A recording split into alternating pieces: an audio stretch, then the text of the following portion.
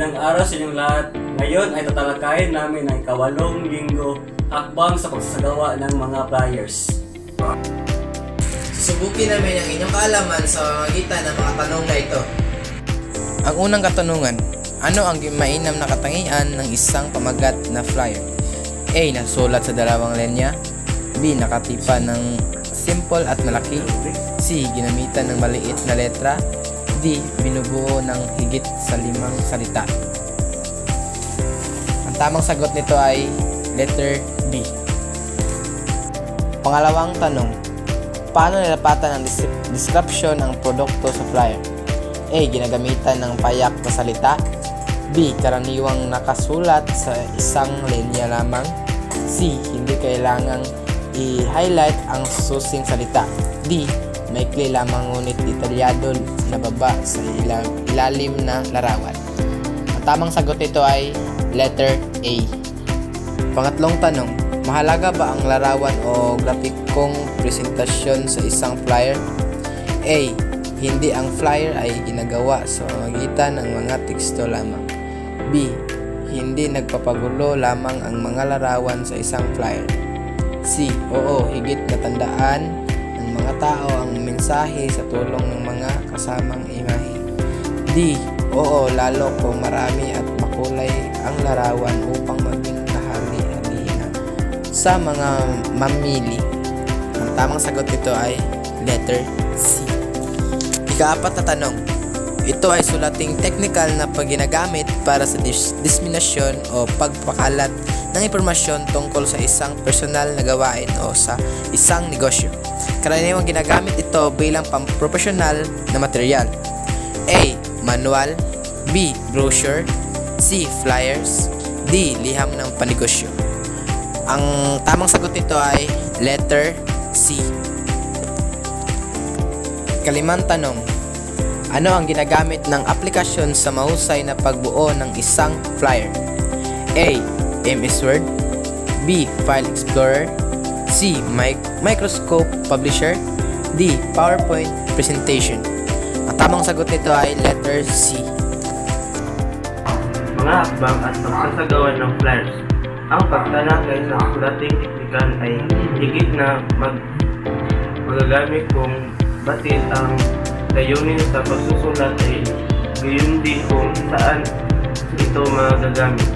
Maraming paraan upang mas mabigyan halaga ang pagsasapubliko ang mga bagay. Dapat na mabigyang isang promosyonal material. Mapansin mo ang halaga ng paggamit ng teknolohiya na akma sa kagamitan mong pangsikayat sa maraming tao. Ngunit, gaano naman kahusay sa paggamit ng mga bagong teknolohiya o nararapat na matid mo ang sagutan sa mga ganitong katanungan. Sino ang magbabasa? Sino ang gamit ng iyong produkto? Ano-ano ang mga hakbang sa pagsagawa nito? Ano ang halaga nito sa pag-aaral na tulad mo? Atin itong tuklasin at pag-aaralan sa sarili ito. Mga hakbang paggawa ng flyers. Simula sa pamagat. Marapat na simple at malaki ang pamagat. Hindi dapat ito naiikit na 5 letra. Kasya dapat ang isang linya sa pahina. At gitna dapat mas malaki kaysa buong teksto ang letrang pamagat upang makita ito ng mga tao mula sa malayo. Pangalawa, gawing simpleng mensahe. Dapat na hindi kailangan basahin ng babasa ang pagbubuhan ng flyers. Dapat maunawaan na agad ito ng magbabasa. Magdagdag ng larawan o grafikong presentasyon. Mas natandaan ng mga taong mensahe sa tulong ng kasamang imahen. Iwasan ang sobrang daming larawan upang hindi magmukhang siksik at magulo ang flyers. Maglagay ng description sa baba ng larawan. Narapat na maikli lamang ito, ngunit detalyado. Maaari itong 2 hanggang 3 litra. Gumamit ng mapanghikayat na salita ng mga salita. Dito na tayo sa tayahan. Ito ang mga tanong. Unang tanong. Alin sa mga sumusunod ang pinakaiktibong anyo ng font na maaaring gamitin sa pamagat ng flyers? A. Sans serif font gaya ng Arial. B. Sans serif font gaya ng Courier New. C. Sans serif font tulad ng Comic Sans. D. Sans serif font gaya ng Times New Roman. Tamang sagot ay A. Ikalawang tanong, bakit mahalagang simple lamang ang mensahe ng flyer? A. Makatipid sa espasyo. B. Tumatak sa mga mamimili. C. Huwag maging magastos sa imprenta. D.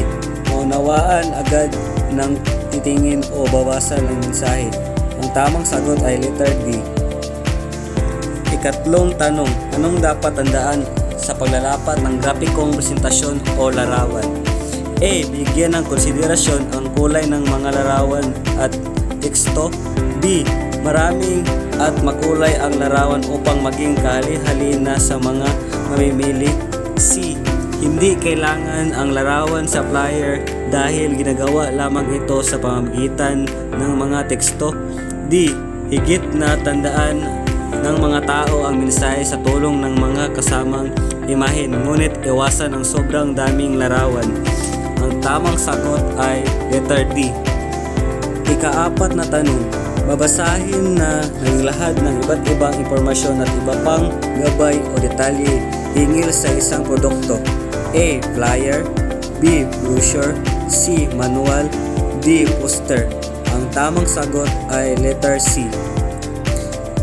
Ikalimang tanong, ano ang pangunahing layunin ng promo material? A. Magmulat. B. Mag-anyaya. C. Magpabatid. D. Manghikayat. Ang tamang sagot ay letter C. Ika-anim na tanong, ano ang pinakamahalagang bahagi sa pagbuo ng flyers? A. Pamagat. B. Paglalarawan. C. Pagmamahagi. D. Pagsasapubliko. Ang tamang sagot ay letter D. Kapitong tanong, ano ang ginagamit na aplikasyon sa mahusay na pagbuo ng isang flyer? A. MS Word. B.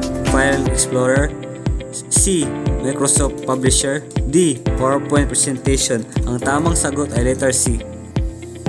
Ikawalong tanong, ilang espasyo ang dapat na ilalaan sa pagsulat ng pamagat sa isang flyer? A. Isa. B. Dalawa. C. Hindi tataas sa 3. D. Hindi bababa sa 2. Ang tamang sagot ay letter A.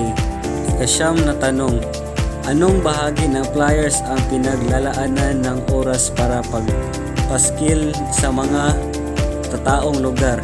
A. Pamagat. B. Paglalarawan. C. Pamamahagi. D. Pagsasapubliko. Ang tamang sagot ay letter D.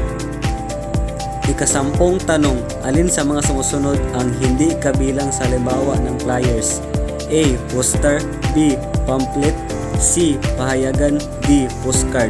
Ang tamang sagot ay letter C. Ikalabing-isang tanong, anong uri ng papel ang pinapakalat o ipinapaskil sa lansangan upang makapagbigay alam o impormasyon sa isang bagay o isang negosyo? Ito ay tinatawag ding circular handbill o leaflet. A. Flyers. B. Pamphlet. C. Leaflets. D. Brochure. Ang tamang sagot ay letter A. Ikalabing-dalawang tanong, ano ang mainam na katangian ng isang pamagat ng flyer?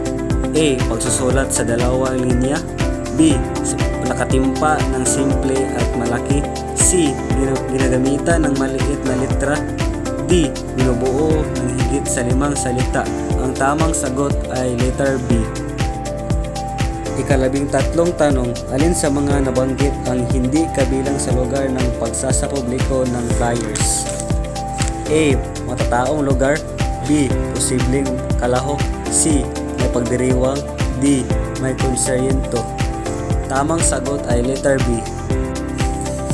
Ikalabing-apat na tanong, paano nilalapatan ng description ang produkto sa flyers? A. Ginagamitan ng payak na salita. B. Karaniwang nakasulat sa isang linya lamang. C. Hindi kailangan i-highlight ang susing salita. D. Maikli lamang ngunit detalyadong nababasa sa ilalim ng larangan. Ang tamang sagot ay letter B. Ika-15 tanong, ano ang pangunahing isinaalang-alang sa pagbuo o paggawa ng flyers? A. Kulay. B. Haba. C. Layout. D. Presyo. Ang tamang sagot ay letter C.